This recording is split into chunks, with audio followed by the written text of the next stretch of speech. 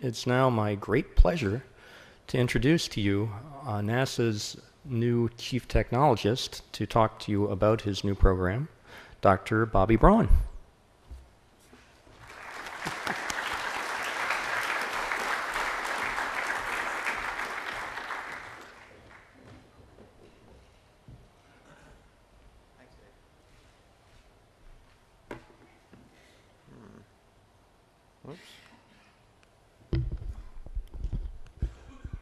There we go. Good morning, everybody. Thank you very much for being here. I'm incredibly excited to be here today. As you'll see in my talk here, in a way, I feel like I've been planning for this day my whole life. And it's a great program that we've been putting together. There have been a great group of people that have been helping me put this program together. Just to start off, I got to say, I get a lot of credit sometimes for putting this program together, but it's really the team of folks from around the agency who have come to Washington and helped me build this program that deserve that credit.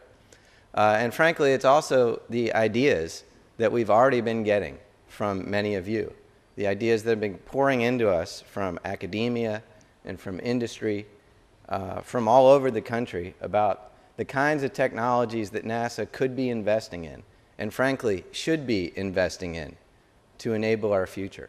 And that's really what today is all about. I want to ask you one thing. I want to ask for your focus, and more importantly, for your interaction. We're not here today for you to hear me talk. You can go on the internet and hear me talk, apparently. Or I can travel around and visit you at your institutions and you can hear me talk. We're here today to get your ideas, to make the planning of this program complete, to improve the planning that's been done to date. So I'd really encourage you to ask questions throughout the day today, and certainly in the workshop format sessions tomorrow. And I really encourage you to get engaged during the breaks with a number of members of my team or myself that are here today for that purpose. So let me get started. Rather than jumping right into the programmatics, I thought that I would share with you a little bit of the history of my professional life. Many people have asked me as I've traveled around the country, how did I become the chief technologist for NASA? Was that something that I was planning? Those of you that know me well already know the answer to that. No, it's not something I've been planning. This slide here is just kind of a montage, if you will, of some of the things I've been involved with over my life. I want to start out in the upper left corner there, an image that will be familiar to many of you. It's an image of the Viking lander on the surface of Mars. My interest in technology began as a young child. I was 12 years old when the Vikings landed on the surface of Mars. I had a friend, a neighbor, who, I grew up in Maryland, and I had a neighbor who brought me to the Goddard Space Flight Center so that I could witness the landing of these systems. And it was an amazing day. I still remember it today. It was amazing for a number of reasons, right? The science that came out of Viking was certainly amazing. The exploration that occurred and the inspiration for future exploration that occurred as a result of Viking. But for me, the landing of the Viking missions sparked an interest in that machine that landed on another planet, built by humans, built by people all around this country. For a 12-year-old boy, that's actually the first thing I remember about an interest in the space program, was the landing of that mission and the excitement on the faces of the engineers that had devoted their lives to building that system that had done something that no one else had ever done before. Totally amazing experience. And all I wanted to do was be a part of that. So I studied hard. I went through high school, went through college like many of you, became an engineer, and right out of college I joined NASA. And of course, why would I go anywhere else but to the Langley Research Center? Langley was home to the Viking project, so obviously if NASA was ever going to send another Mars mission to send another mission to Mars, they would do so from Langley. So off I trotted to Virginia. And when I got there, I found a very different scenario. I found a research center, still strong in its research roots, but not as coupled to NASA's missions, at least at that time in the late 80s. And the very first project I was assigned to is in the upper middle of this slide. I worked on plans to send humans to Mars. And what an amazing dream that was. Right, for someone right out of college, right, to come into NASA and to start working on sending humans to Mars. I was engaged with engineers all around the country planning what, at that time, President Bush called the Space Exploration Initiative. And I was involved in designing systems, very large systems, to land those humans on Mars. Of course, many of you know the Space Exploration Initiative didn't occur, at least not as planned. But I had sharpened my skills. I had learned all about Mars and how to land things there. And so in that same time frame, some people from the Jet Propulsion Laboratory came to Langley. And they came looking for those same Viking engineers that I had gone there to look for. They still weren't there. And instead, what the folks at JPL found were a couple of kids like me that were dreaming of working on sending spacecraft to Mars. And so I joined the Mars Pathfinder team really when it was still just a concept. And I worked on that technology, the technology required to land the Mars Pathfinder mission and the Sojourner rover, shown in that image, on the surface of Mars. I worked on that from concept through the design of the hardware and the testing, through the preparations to launch, through the cruise, and of course through the July 4th, 1997 entry, descent, and landing of that system itself. I took that concept along with, by the way, a team of people from all around the country who are still my friends today. I took that concept from, that idea from concept all the way to flight. And as a young engineer, I remember thinking, wow, NASA's awesome. This is what NASA does. We dream of great things, and we go make them happen. And I assumed, quite naturally, that that's the way it would always be. That's the way every project that I would work on in my professional career would go. Why wouldn't it? Pathfinder worked out that way. So the next mission I worked on is shown in the upper right-hand corner of this slide. It's called the Mars Microprobe mission. It was sponsored by the New Millennium Program. It's also called DS2, Deep Space 2. These were two basketball-sized aeroshells, about this size, and shaped, as you see in that image there, shaped a little differently than other Mars landers. But the most novel feature of that system was that it was what I would call a single-stage entry, descent, and landing, or entry, descent, and impact device. It was designed to fly through the Mars atmosphere, just as shown in that image, with no deployables, no parachute, no airbags, nothing like that, and go all the way in a stable aerodynamic orientation to the ground, impacting the ground at the right orientation and delivering a penetrator into the Mars subsurface. There were about 4 or 5 people that worked on the design of that aeroshell. An incredibly small team, but a great way to learn. I find that you learn much more on a small team when you're given large responsibilities and when you can actually get your hands dirty than you do on a large team where you spend a lot of your time in meetings and telecons, as I do now. Anyway, the Mars Microprobe systems were built. They were tested, they were built, they were launched. They were launched with the Mars Polar Lander. And we all know what happened with the Mars Polar Lander. It was lost, not to be heard from again after arriving at Mars. And by the way, the Deep Space 2 probes weren't heard from again either. They were deemed a failure. $25 million is what the agency invested in that system that was deemed a failure. Well, just below that image are 2 sample return capsules in an Artis concept, returning from Mars, returning with precious cargo. This is the approach that's the baseline today for the Mars Sample Return Mission. The Mars Sample Return Mission, as we all know, is one of the key robotic missions to Mars in NASA's future. It's one of the grandest robotic missions that I can actually think of. To go to Mars, to gather the right set of scientifically selected samples, to seal them up and bring them back to Earth to study for all time. And if you look carefully at those Earth return vehicles, or Earth entry vehicles, you'll notice that they're single-stage Earth entry vehicles. Now, prior to the time of that artist concept, prior to the late 90s, all previous Mars sample return studies had utilized a sample return capsule with a parachute. In fact, all NASA sample return missions that I'm aware of, at least, going all the way back into the 60s, 70s, and so on, had planned on using a parachute to softly land that system when it returned to Earth. Now, the Mars sample return mission I just mentioned is key to NASA's future. Yet in this time frame, in the late 90s, there was a shift, a fundamental shift in the way that mission was planned. Now, it hasn't happened today, but that shift is still embodied in the baseline mission.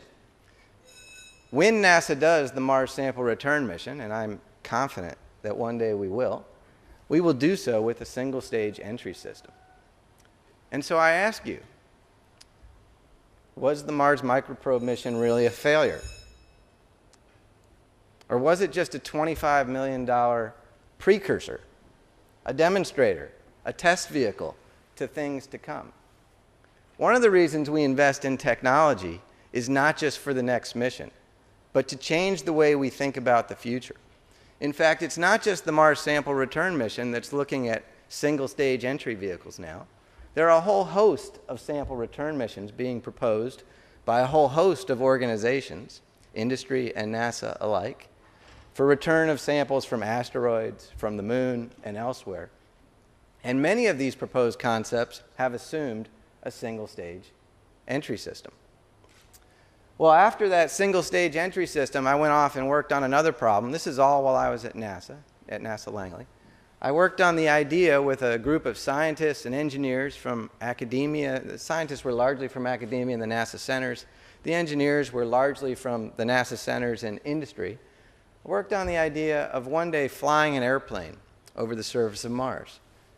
The Aerial Regional Scale Environmental Survey mission, which is shown in the bottom right image of this slide. This is something that had been often thought of, been discussed, an idea that had been in what I call concept land for a long time.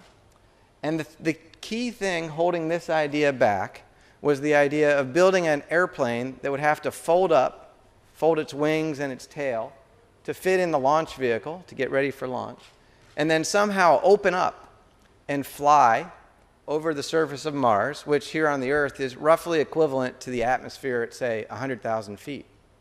There aren't too many airplanes flying at 100,000 feet, as you know. And there certainly aren't very many airplanes flying at 100,000 feet that started their life all folded up in a ball, if you will. So what we did in this technology development project that was also part of a Science Mission Directorate proposal, in just a few short months, we designed that airplane. We actually built a half-scale model with help from industry. And we took that half-scale model up to 100,000 feet, folded up on a high-altitude balloon, and demonstrated that we could deploy, reorient, and execute a pull-out maneuver from diving to flying, if you will, all in the relevant conditions of Mars. In other words, we greatly, in my view greatly, we advanced the technology the technology maturity of that concept. Now, ultimately, that endeavor was not selected.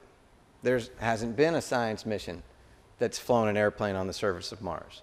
One day there will be. But for me, as an engineer, I rest easy at night knowing that that technology was advanced and knowing that I can rely on that technology now in future missions. Now, many of you know that I left NASA in 2003 and I went to academia. I joined the faculty in the School of Aerospace Engineering at Georgia Tech.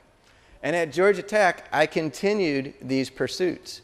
What's shown in the lower left and the middle left portion of this image are two images related to work that was done by the students at the Georgia Institute of Technology in the design of inflatable aerodynamic decelerators. These are large, deployable systems that greatly increase the drag of a vehicle and yet package very efficiently for launch. These systems are actually much more effective than the parachutes that we use on our current robotic missions to Mars and to the other planets, and could actually be used also to return mass of various kinds from the space station in the future. It's a technology of interest to a variety of customers, both within NASA and external to NASA. And it's also something that when I work with the students at Georgia Tech, as I imagine students around the country would be, that those students could really sink their teeth into and they could get excited about, because these were systems that they could actually envision flying in their professional lifetime. If you're a student at a university today and you're graduating, in the year 2035, you'll be my age. I feel like I'm in the middle of my career. So if you're a senior at Georgia Tech or MIT or Stanford or whatever school around the country we're talking about, think about it. In 2035, you'll be in the middle, not at the end, in the middle of your career. 2035 is when the president has talked about sending humans to orbit Mars and return safely to the Earth. 2035 is 10 years after the president has talked about sending humans to an asteroid. What a great time it is to be an engineering, a science, a math, or a technology-oriented student in one of our nation's universities. And what a great time it is to use these technologies, the technology program that we're talking about here today, to pull more students, more young people into those programs, and ultimately into careers at NASA. These kinds of things are what I'm all about. These kinds of things are what the Space Technology Program is about. So let me tell you more about that program. As I jump into the program, let me start off at a high level by talking about the President's budget request. Those of you that have reviewed the President's budget request know that technology development was a strong theme, or is a strong theme, in that request. You heard some of that from Tom Khalil earlier today. It's certainly a central principle of our new approach to human exploration. It's certainly embodied within the President's budget request is a reversal of the past decline that's been going on for a number of years by providing a modest increase in aeronautics, about 15% to that budget. The President's budget request includes maintenance of the mission-focused technology investments within the mission directorates, like the Science Mission Directorate. There are large technology programs in the Science Mission Directorate. It includes utilization of the International Space Station, not just in preparatory mode to study the effect of long-term human degradation in space, but for use of the ISS as a technology development platform.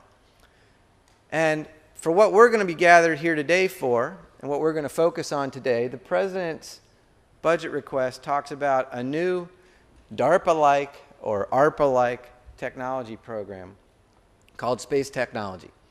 And within the President's budget over 5 years, space technology is $4.9 billion. Now, in my view, this is a very healthy thing for NASA, and it's a healthy thing for the nation. Because when I think about NASA, I think about 3 long-standing core competencies that make NASA unique. I think about a research and technology competency that goes all the way back to the initiation of NASA and provides the foundational knowledge or the underpinnings for everything we do.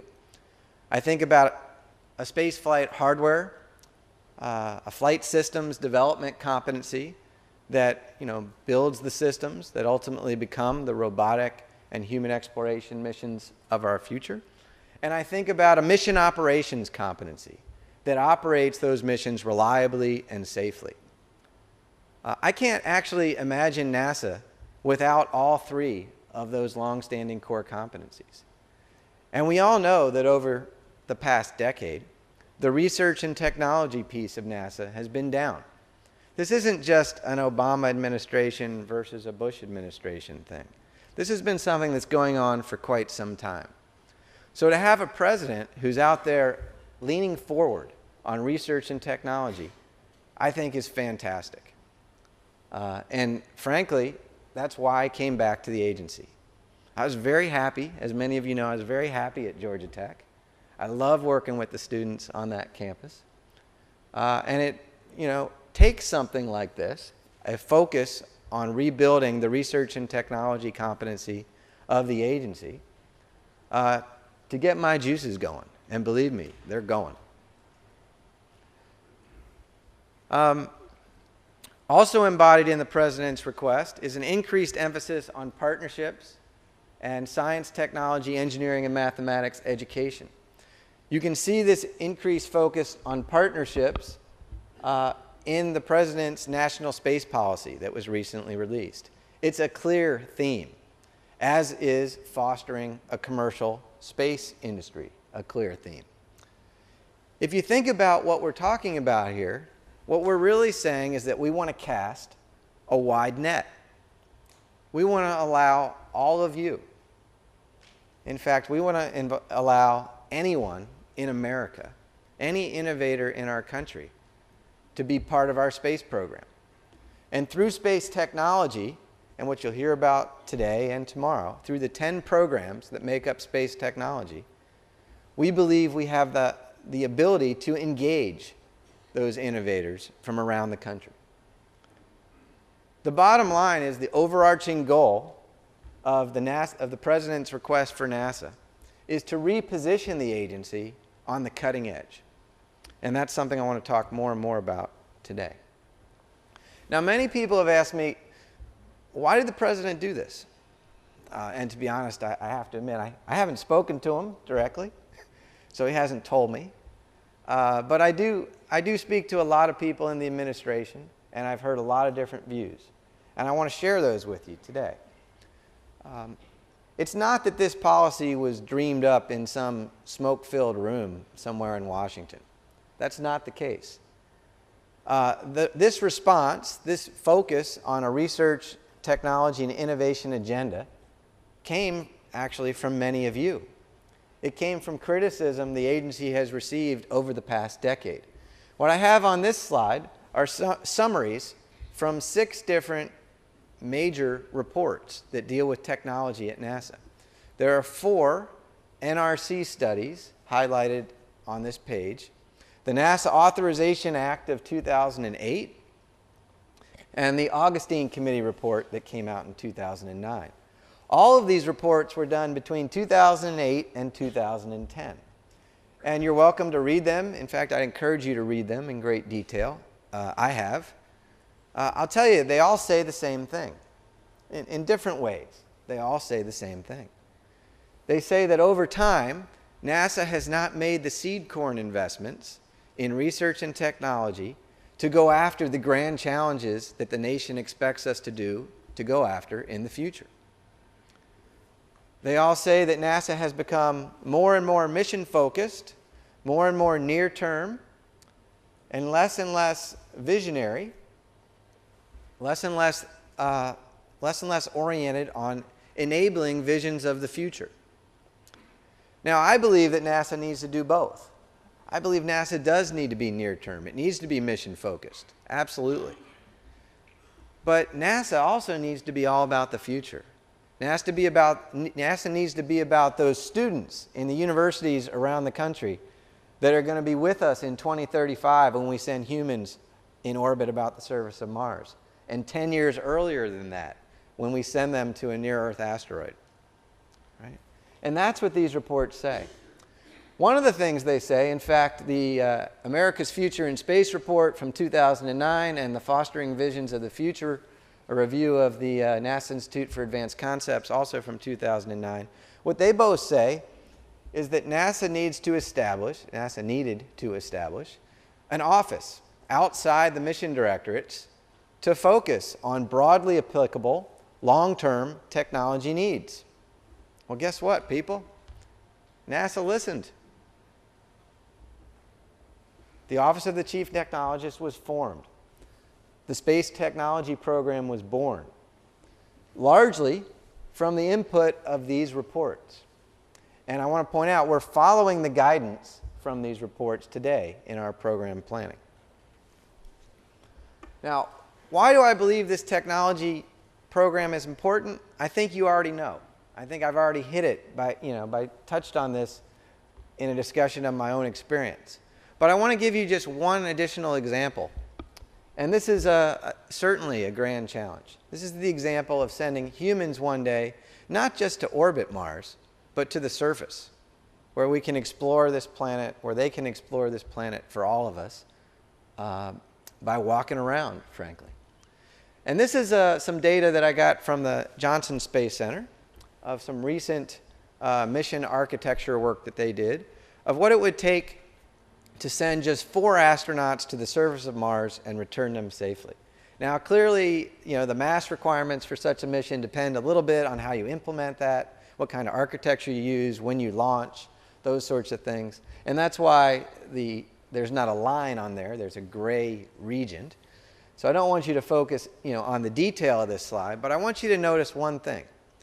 To send humans to the surface of Mars, a grand challenge, well beyond 2035, requires something like 10 or 12 international space stations of mass, not here on the surface of the Earth, but in low Earth orbit, using today's technology.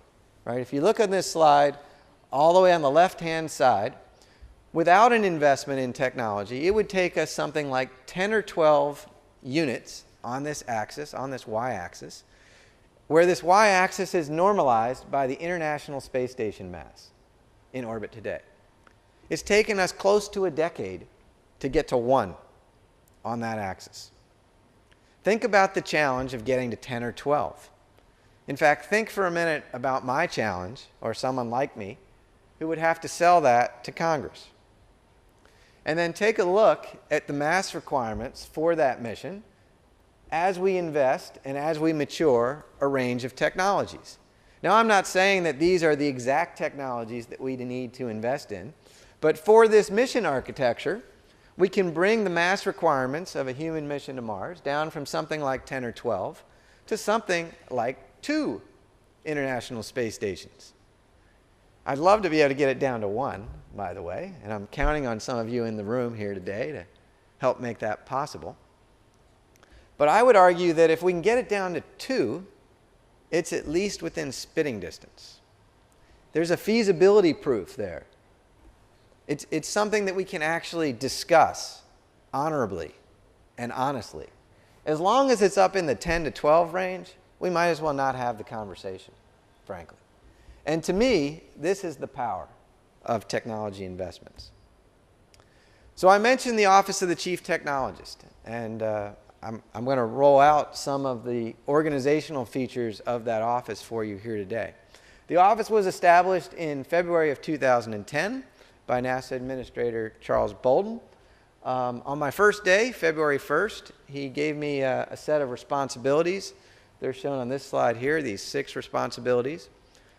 Chief among them is to serve as the administrator's principal advisor and advocate on all technology matters across the agency, across aeronautics, science, and exploration. That includes up-and-out advocacy for NASA's research and technology programs. And what we're going to focus on here today and tomorrow, that includes direct management of the new budget line called Space Technology within the President's FY11 budget request. It also involves coordinating our technology investments across the agency. As you all know, there are technology programs embedded in each of the mission directorates. I view that as a good thing. Those technology programs are important. They're mission-focused technology programs. We need to keep those. But we also need to be cognizant of those in our planning and investing for the long term. So it makes sense that while managing the long-term investments for the agency, that this same office would also be responsible for coordinating the technology investments across the agency, including those made within my office and within the mission directorates themselves. We'll talk a little bit more about that. Cultural change is a responsibility of this office and is a big deal. I don't want to underestimate our challenge there or our focus. Changing the culture at NASA more towards creativity and innovation is the only way we're going to enable some of these technological solutions. And it's very important, something that my office is focused on. And finally, documenting, demonstrating, and communicating the reason why we make these investments. The societal impact of NASA's technology programs is an important responsibility of this organization. This is the NASA org chart. So we have the NASA centers in the lower right. We have the NASA mission directorates, the 4 mission directorates in the middle. We have a new organization run by Dr. Woodrow Whitlow, the Mission Support Directorate, on the lower left. That organization was also formed in February 2010. We have some of the support organizations like the Chief Engineers, Mike Ruskevich's Chief Engineers Office, kind of on the upper right. And we have the new offices of the Chief Scientist and the Chief Technologist, the Office of the Chief Technologist, also shown on this slide. This is where we fit in to the overall agency organization. This is where I report in to the administrator. I'll show you in a minute what the Office of the Chief Technologist organization looks like. Before I do, let me talk a little bit more about what we've been doing since February. As I mentioned in the outset, I have a great team of folks from all around the country that have come to build these technology programs. And we're not just talking about the technology of the Space Technology Program, although that is going to be our focus today. We're talking about building those programs and building relationships with the technology investments of the mission directorates. And that process is illustrated at a high level on this slide, which is really just an example of how the Office of the Chief Technologist and the Exploration Systems Mission Directorate are organizing together for the agency's technology needs. Shown on the bottom of this slide is a scale of technology readiness. So as you go from left to right, you're increasing the technology readiness of the activity. All the way on the left, we're talking about system studies, paper studies, concept work, technology assessment. As you move towards the middle of this slide, we're talking about laboratory and ground-based tests. And as you move towards the right, we're talking about flight demonstrations and ultimately operational missions, all the way on the right side. You also see 2 other arrows on this slide. One which represents the mission directorate, in this case the Exploration Systems Mission Directorate, and then towards the top, the Space Technology Program. It's important to realize that there's a fundamental difference between the technology programs that we're talking about here today and tomorrow, the Space Technology Program, and those within the mission directorates. The mission directorates are doing what I would call technology pull. Frankly, it's what the mission directorates have always done and done well. From a high-level set of goals and objectives, the mission directorates can develop mission architectures. From those mission architectures, they can flow down requirements for spacecraft. And from those spacecraft, they can flow down requirements into technologies. And they can then make the appropriate investments in those technologies to deliver those spacecraft, to deliver those missions, to go after those goals. It's what I call a requirements flow down type approach. And you've seen it at NASA previously. Within the Exploration Systems Mission Directorate, that's what they've been doing to develop their point of departure architectures for all of their investment lines in the FY11 budget. And they are investing in what I would call TRL 3, 4, 5, 6 kind of areas. They have ground-based testing. They have laboratory testing. They have flight demonstrations within the Exploration Systems Mission Directorate and the other mission directorates. And so that's shown in the middle of this slide, feeding into, say, their flagship demonstrator missions, or feeding in ultimately into future operational capabilities. The Space Technology Program starts all the way on the left. In fact, it's the only thing in the agency that starts all the way on the left, over at, say, TRL, Technology Readiness Level of 1, 2, with concepts and systems analyses. And you'll hear more about those programs later today. Through those programs in which we cast our net wide and we engage people from academia, from industry, and from government together, we'll create a whole host of visions of the future. And some of those visions of the future will be carried forward into ground-based testing, laboratory testing, in the Space Technology Program, or conceivably in one of the Mission Directorate technology programs. Those things will flow forward ultimately into technology demonstrators and into operational missions. The key difference, though, between the investments within the Space Technology Program and those within the Mission Directorates is that the Space Technology Program is purposely seeking disruptive innovation. We're not looking for a future that's a straight line from here to there. We want to break. We want to go from here. We want a discontinuity to a new future. And those are and that's the reason, frankly, why there need to be parallel, on this slide at least, parallel programs with different philosophies. One is a technology pull philosophy. The other, frankly, is a technology push. And you'll hear more about that today. Let me give you a little overview of the new office, the Office of the Chief Technologist. It's shown on this slide. And the three largest pieces of the organization are what we call divisions. There's an early stage innovation division, game-changing technology division, and a cross-cutting capability division. Within those divisions, there are 10 programs. And you'll hear about each of those programs today and tomorrow. At the top of the box, or near the top of the box, there are 4 functional offices that do financial management, communications and outreach, partnerships, innovation and commercial space, and strategic integration, excuse me. And you'll hear from members of those teams today as well. Let's see if I can fix that. Nope.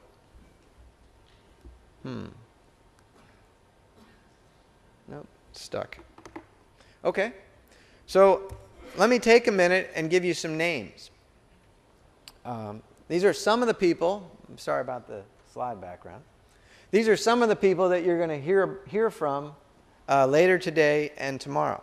Within the divisions, you'll hear from Andy Petro, Jay Falker, Carl Ray, from early stage. You'll also hear from Harry Partridge, who's going to step in for us talking about early stage, although he's organizationally now over in game changing. You'll hear from Jean-Francois Bartholomew and Brant Sponberg. You'll hear from Bonnie James and from LK as well. These are some of the folks that have joined me in formulating this program from, frankly, either from headquarters originally or from the NASA centers, and have been working since February on this development. Over in the top boxes, you'll also hear, at the end of the day today, you'll hear from Doug Comstock, who's the director of PICS, Partnership, Innovation, and Commercial Space. And tomorrow morning, you'll hear from James Reuther, who's the director of Strategic Integration. Many of the other people listed on this slide are here today. And I want to just point, maybe I could ask everyone whose name is on one of these slides to raise your hand for just a minute. Raise them high. Okay, I want to point these people out to you because I want you to talk to them. The rest of you, I want you to talk to the people with their hands up because they know all the details and they are allowed to talk to you. Sometimes I actually have to say that, believe it or not. Hey, thank you. Okay, let's continue on. Ooh, interesting. There we go. So space technology. It's a different approach. It's different than anything NASA has done before. Yeah, NASA's had technology programs, certainly. In fact, some of the programs we're going to talk about, like the NIAC, have existed before. The New Millennium Program is a lot like technology demonstration missions that you'll hear about. but there has not been, at least in my professional career, an integrated suite of technology programs with a focus on innovation and creativity, with a focus on the long-term strategic needs of the agency, like the Space Technology Program. And that is, to me, a very important point. This program will be run through a set of grand challenges that I'll describe a little bit later and that you'll hear about later today. It's also going to be run from the guidance of a technology road mapping activity that we're kicking off this year as well. We're going to roadmap the long-term needs in a number of key technology areas, and we're going to use those roadmaps along with external input from the NRC to guide the solicitations that we put out and the selections that we make. Okay? This program has a full spectrum of technology programs within it that provide a natural infusion path for your innovative ideas. There is actually a path now to take your idea from concept to flight. You know that hasn't always been the case at NASA. That's what we've put in place with this program. How are we going to run this program? Well, unlike past technology programs in the agency, this is a meritocracy.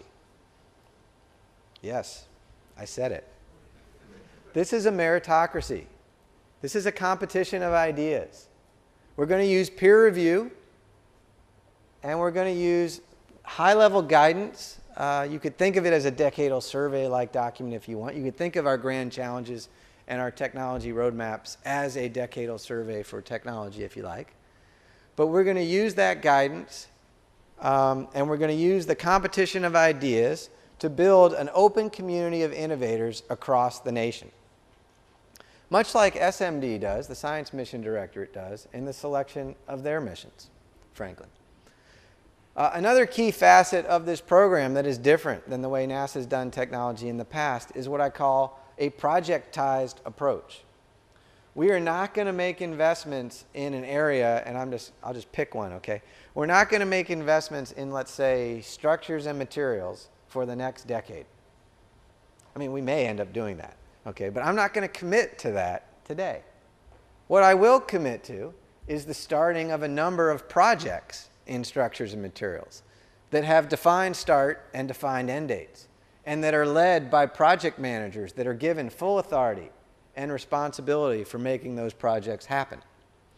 This project focus, I mean, I've worked all my life in a project focus kind of way.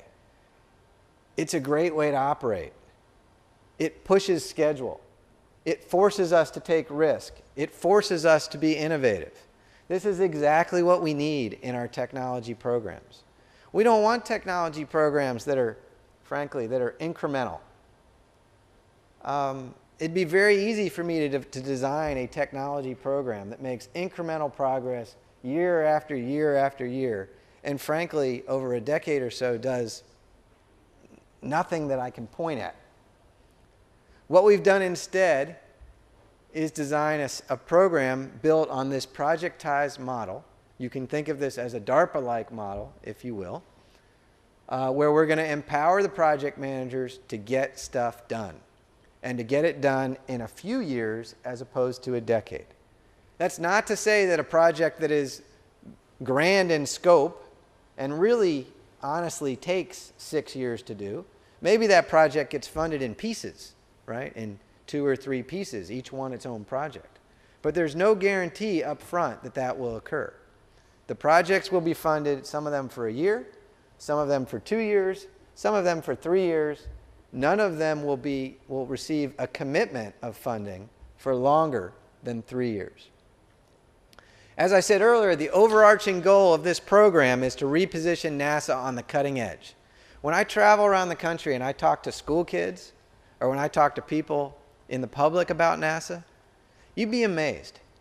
When I ask them what they think of when they think of NASA, they almost never say a particular mission.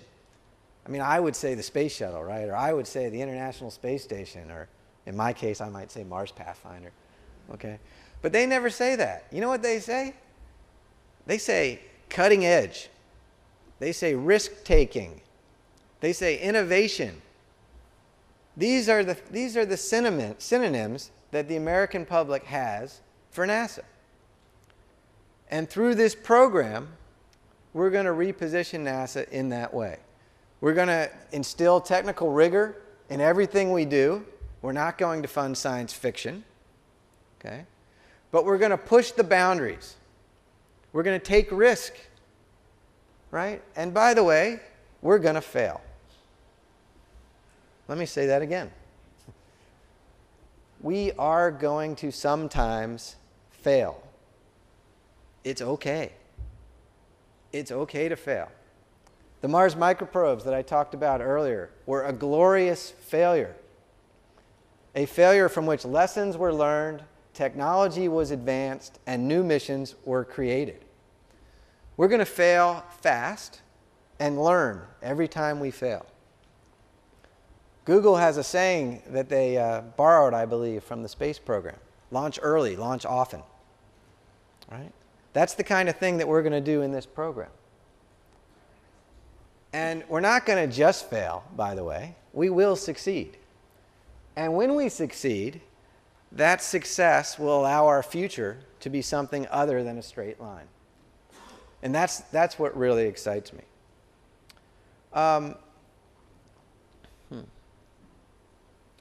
Let me, I just want to do a little aside here for a minute. I'm probably running long, and I apologize for that. But I found out yesterday that a team of students in Philadelphia, who I visited recently, in June, I should say, Congressman Fatah, took me up to Philadelphia, where I met a team of students led by really a remarkable teacher. It's at the West Philadelphia High School.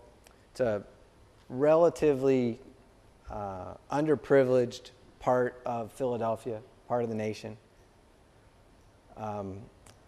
What I saw at that school was amazing, and I want to share that with you. This team of students, led by this teacher, they entered something called the Progressive Automotive X Prize. Some of you may have heard of it. It's a competition. It's an X Prize-like competition designed to develop a car that can be mass-produced and achieve 100 miles to the gallon. And this team of West Philadelphia high school students entered along with hundreds of other teams from around the country. Did Carnegie Mellon enter? Okay. Thank you. Carnegie Mellon didn't enter, for the record. MIT did. Hundreds of teams from around the country entered this competition. And through a down selection process, the West Philadelphia team was still standing when it got down to about 10 or 20 teams.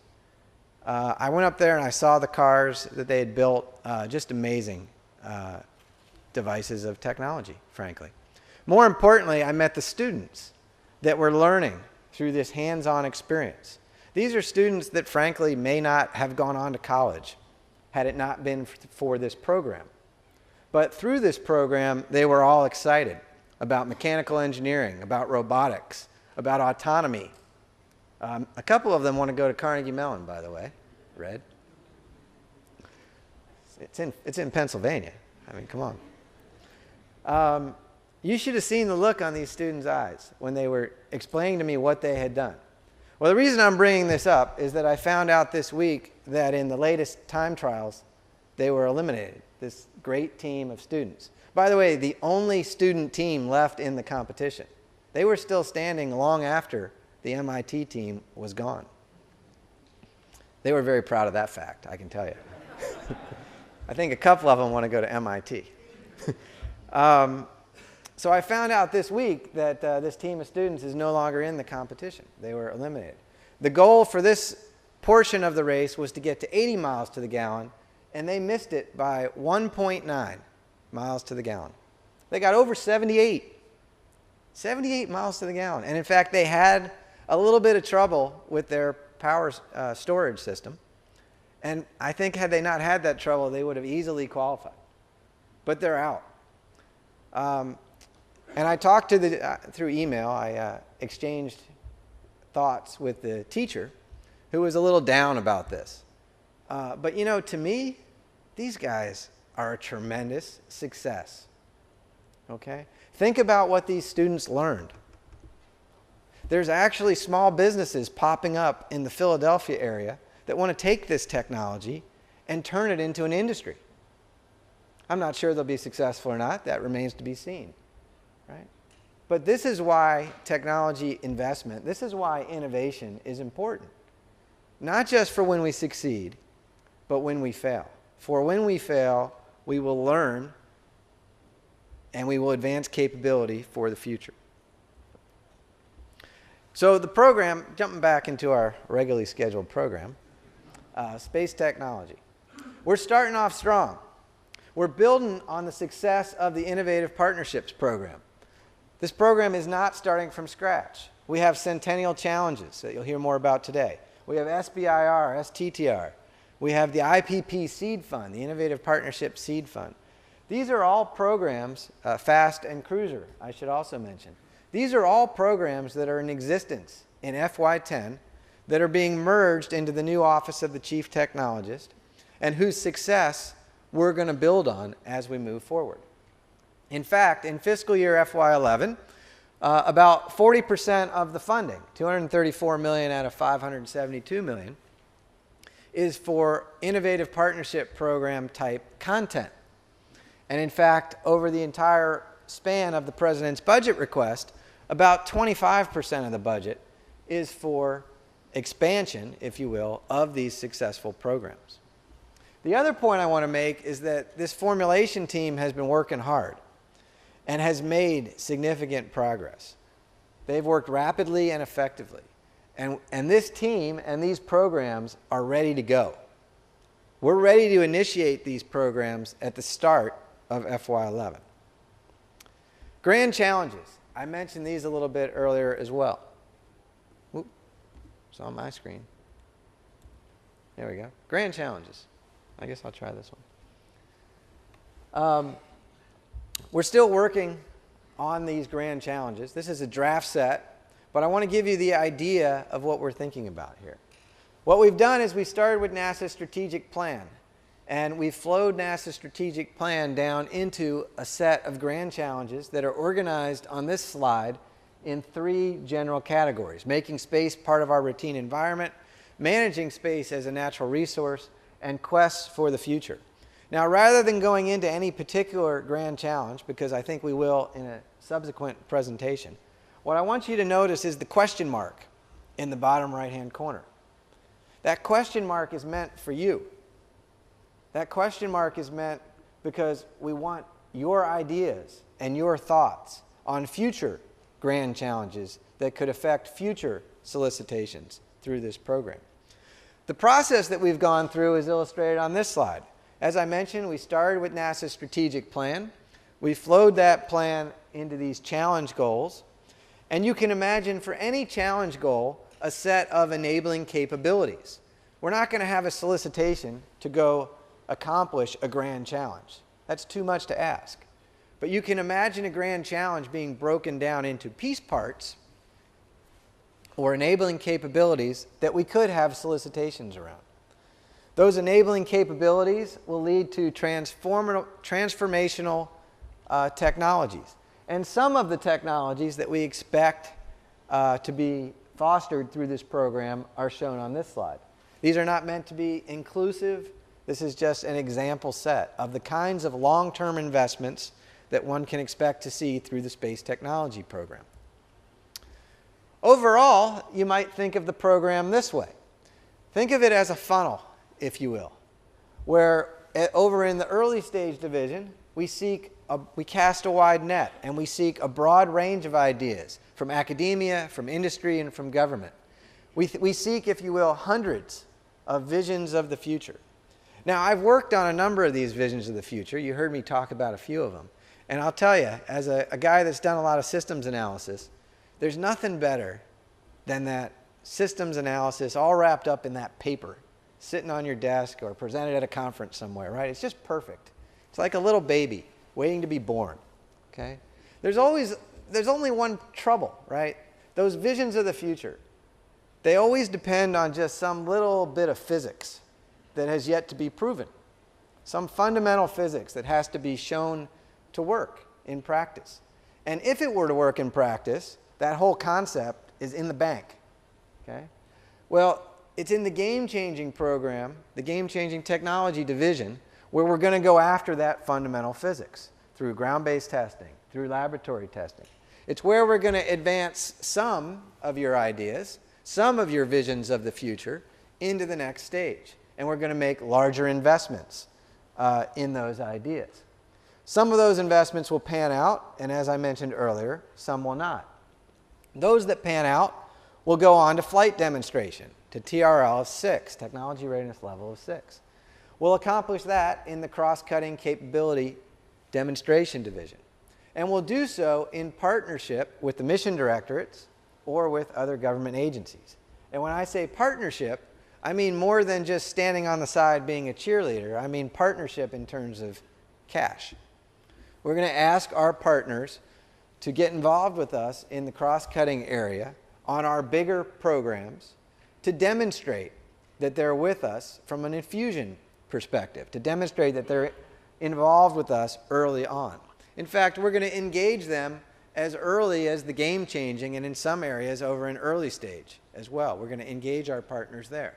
But we're going to rely on them financially starting in the Cross-Cutting Capability Demonstration Division. I've used the phrase TRL, Technology Readiness Level, already a couple times. I believe that most of you are aware of the Technology Readiness Level scale. If I was to plot these programs on a Technology Readiness Level scale from 1, which is concept studies, all the way to TRL 6, which is demonstration in a flight-relevant environment, this is how those divisions would shake up. As I mentioned, we're looking at system concepts and analyses primarily in early stage. We're looking at ground-based and laboratory testing in game-changing, and we're looking at flight demonstration and actual missions, small-scale missions, in cross-cutting capability demonstrations. A little bit more on each of these divisions. You're going to hear many of the details to come. But in the early stage innovation division, we have 5 programs. There'll be speakers who give you the details on 4 of these 5. I'm going to mention the missing program, if you will, in just a moment. But the key point that I want you to know about early stage innovation is that because we are casting our net widely, and because this is a competition of ideas, all of our awards in this entire division will be made competitively. This is a competition open to all, open to the NASA centers, open to external organizations in academia and industry, open to teams of folks or single organizations. That's up to the proposers to figure that teaming arrangement out frankly, in an ad hoc kind of manner. But all of our awards will be made in that manner. The one program that you're not going to hear a lot more about is the Center Innovation Fund, so I want to mention it quickly. The Center Innovation Fund is a growth of the IPP Seed Fund, the Innovative Partnership Program Seed Fund, which has been in existence for the last few years. We are going to provide a fund distributed across the NASA centers. That fund will be managed by the Center Chief Technologists, who you'll hear more about later today, and will be an investment fund, if you will, by the Center Chief Technologists in innovation activities across that center in partnership with folks on the outside, in partnership with academia and industry.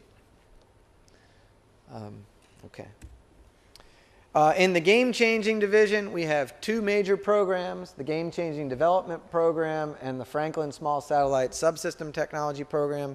You'll hear the details of each of these programs from subsequent speakers. And I want to point out here that in game-changing, we're also using this competitive model. Greater than 70% of the funds across the President's budget horizon, FY11 to FY15, will be applied to competitive selections in the game-changing division.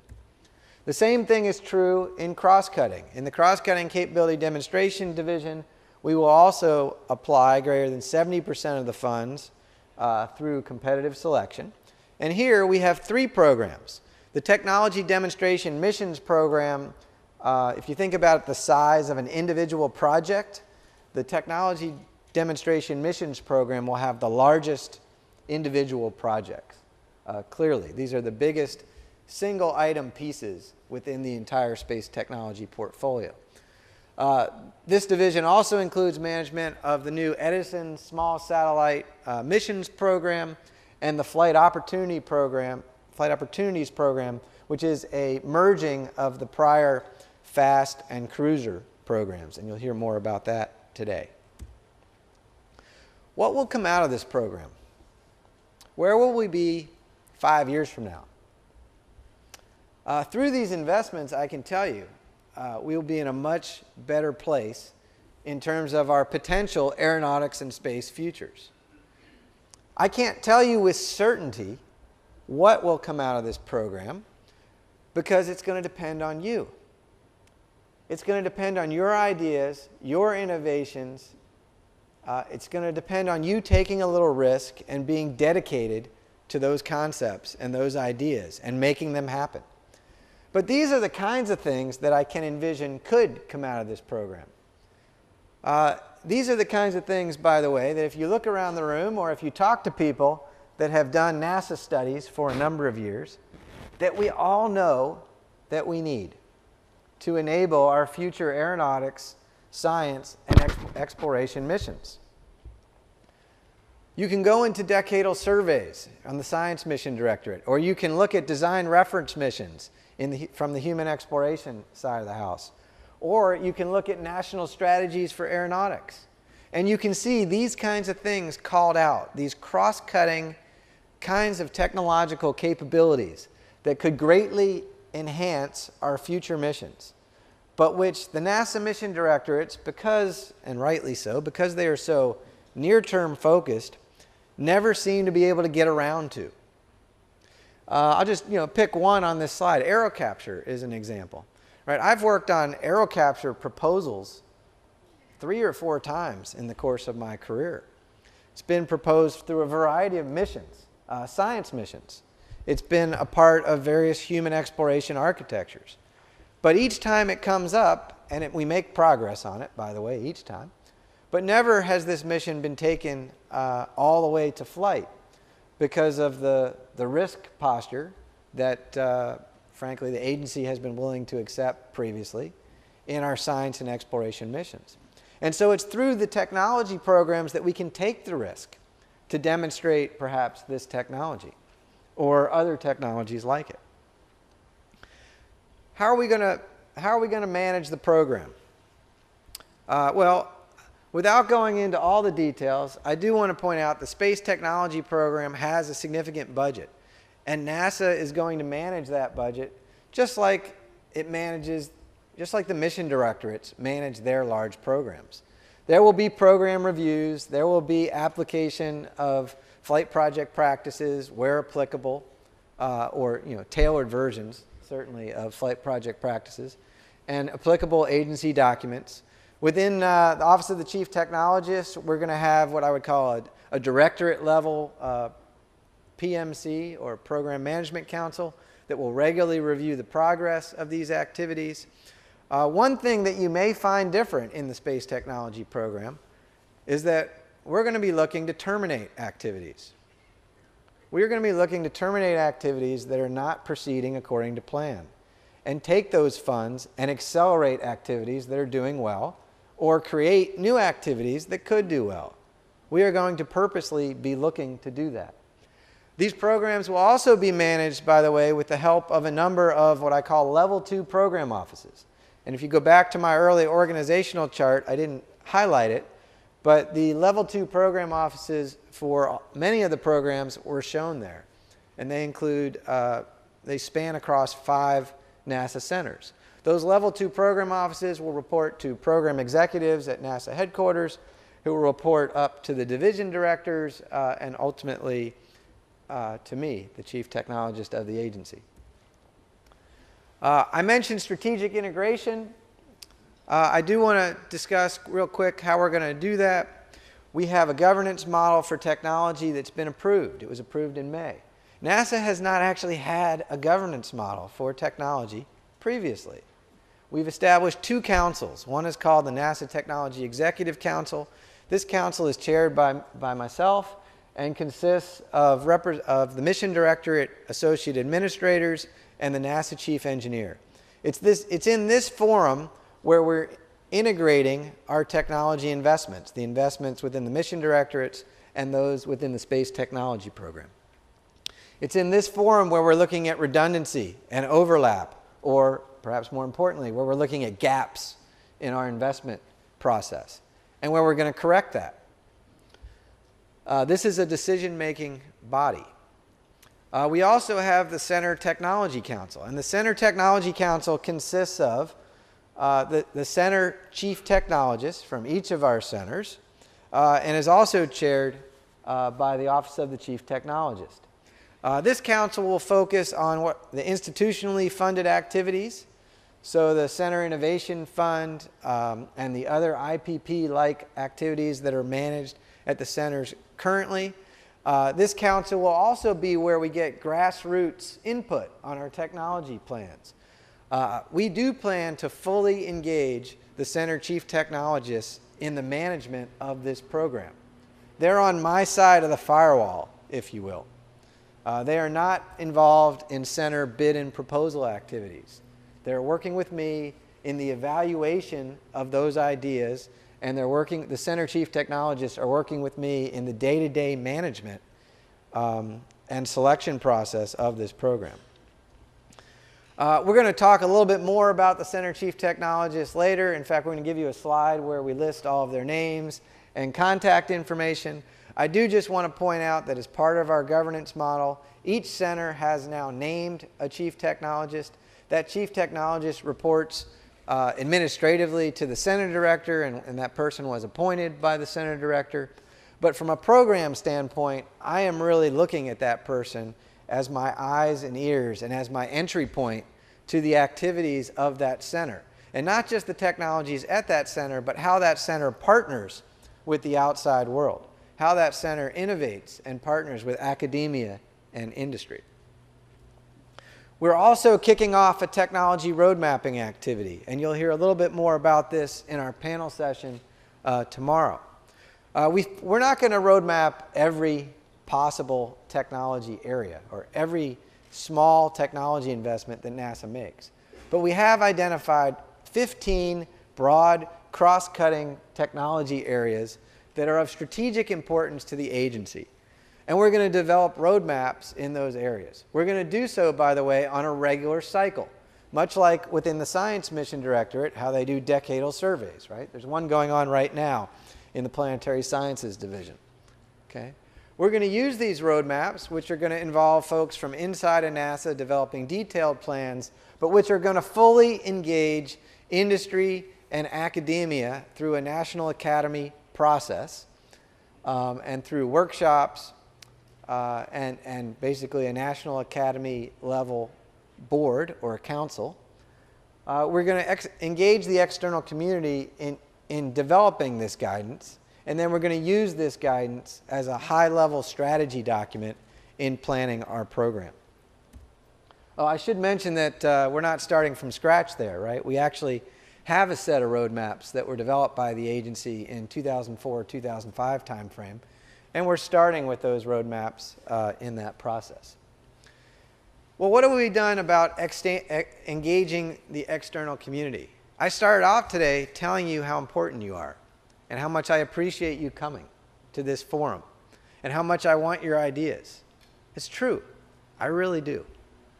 Some of our programs have actually have existed for a while, right? All of the innovative partnership programs have existed since before FY10, and they're continuing with their regular cycle of calls and activities. In fact, today we're going to have a discussion and a release of 3 new Centennial Challenges, right? That's part of our regular cycle of activity.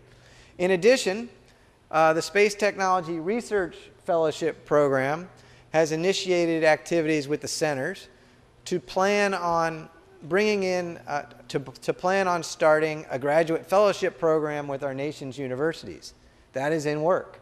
We've also issued 3 RFIs for our technology demonstration missions and for the 2 small sat programs. Those are out there. The feedback has been tremendous, and we really do appreciate that feedback. Of course, we're here today to get more feedback and to engage with you further. And I do want to report that our internal planning process is proceeding well. It's proceeding effectively, and it's proceeding on a pace that will allow us to initiate this program at the start of the fiscal year, at the start of FY11. This is a list of the awards that we expect to make in FY11. These are the activities that we plan to foster, to sponsor, both through competition and in a guided mode.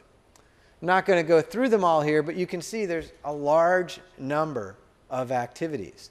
These include activities that would be funded at a relatively modest dollar level, right? So some of the space technology research grants or the NIAC awards are in the 100K kind of level, all the way down to the large game-changing development awards, which are at the, say, the tens of millions of dollars kind of level, to the technology demonstration missions, which over a 3-year period will be above $100 million level. So there are a large number of programs, and there are a diverse suite of projects in terms of the award magnitude. And you'll be hearing more from the speakers that follow me on each of these programs. Let me conclude with a couple thoughts. First of all, the Obama administration has clearly demonstrated what they're interested in. You heard a little bit of that from Tom Khalil today. They're committed to a research, technology, and innovation agenda for the nation. They're committed to this agenda because it's a way to stimulate our economy, to build on our nation's global economic competitiveness, to create new products, high-tech jobs, new businesses, new services, and to engage students from around the country in this grand voyage and in our technological future. How awesome is it that NASA's budget request is aligned with this national strategy? I don't know why there's a debate. I can't tell you how excited I am that NASA is actually aligned at the federal level with a major national initiative. This doesn't always happen. And NASA's alignment with this initiative will allow the agency, in my view, to balance these 3 long-standing core competencies that have made the agency a unique place. You heard on the video, I don't want to turn NASA into a sandbox. I don't want NASA to be all research and technology all the time. NASA has to have missions. NASA has to have flight systems and operations. But just as it has to have those things, it has to have a strong research and technology competency to form the foundation from which we can build our future. And that's what's been lacking over the past decade. And that's what this program is all about. This program and our enhanced technology and innovation focus was not dreamed up overnight. It responds to a large and diverse set of external stakeholder criticisms that NASA received over the past years. It responds to 4 NRC reports, the NASA Authorization Act of 2008, and the Augustine Committee report, which has an entire chapter devoted to technology development. Pushing the boundaries and taking risk, that's what NASA's Space Technology Program intends to do. And we intend to do so to develop cross-cutting, game-changing solutions to our agency's technological needs. We need to do that to enable NASA's future missions, to enable better futures in aeronautics and in space. But that's not the only reason why we make these investments. We also make these investments to better our society, to drive economic competitiveness, to improve and to improve the way we inspire students, to pull them into these fields, and frankly, to allow the intellectual capital of NASA and the intellectual capital across the aerospace sector to be applied to a number of grand societal challenges. Challenges in energy, weather and climate, health, and national security. And it's for all of these reasons that I'm excited to be here today. And it's for all of these reasons that I'm thrilled to be a part of the Space Technology Program. With that, I'll stop and see if there are any questions. Thank you.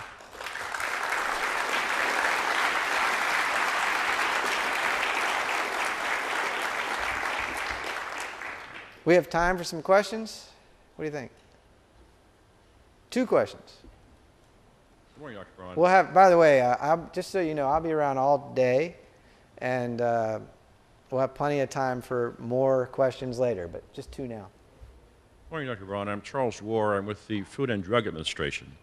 I'm the chief scientist for the design of our agency's new engineering and physics laboratories at the new campus at White Oak, Maryland, not far from here, where we're into things like laser physics, fiber optics, electromagnetic interference. We're into material science, surface chemistry, software verification, and other kinds of things which I think have a considerable overlap with NASA's technology and development missions. And I would like to propose that we have a discussion about collaborative opportunities between the 2 agencies, and in particular to invite you and appropriate members of your staff to come out to our new laboratories and take a look at the innovative things that we're doing to see if we can to develop some things together. So let me offer that invitation to you. Awesome. No, seriously, thank you very much for being here. We're the side of FDA, I didn't know you were coming. And the side of FDA that doesn't do food and doesn't do drugs, by the way. I have to explain that to people. Yeah, let me, there wasn't really a question in there. Let me just say that I very much appreciate the invitation, and I will certainly take you up on it both later today and in follow-on discussions. But it does bring up a chance for me to talk a little bit about partnerships with other government agencies that I didn't really touch on significantly. We are taking that very seriously. In fact, you may know that across the entire administration, we've been incentivized significantly to look at partnership opportunities and to do things as a government, not as an individual agencies. I've already had a number of discussions with folks at DARPA. I've had meetings with the director at ARPA-E. We're working toward, with the folks over in the Defense Department, DDR&E guys, and working more with AFRL probably in the future as well. Heading up to NIST next month, and would love to talk with you some more as well. A couple of the topics that you ticked off your list there have me thinking already, and I do agree there are some areas that are probably well aligned. Thank you.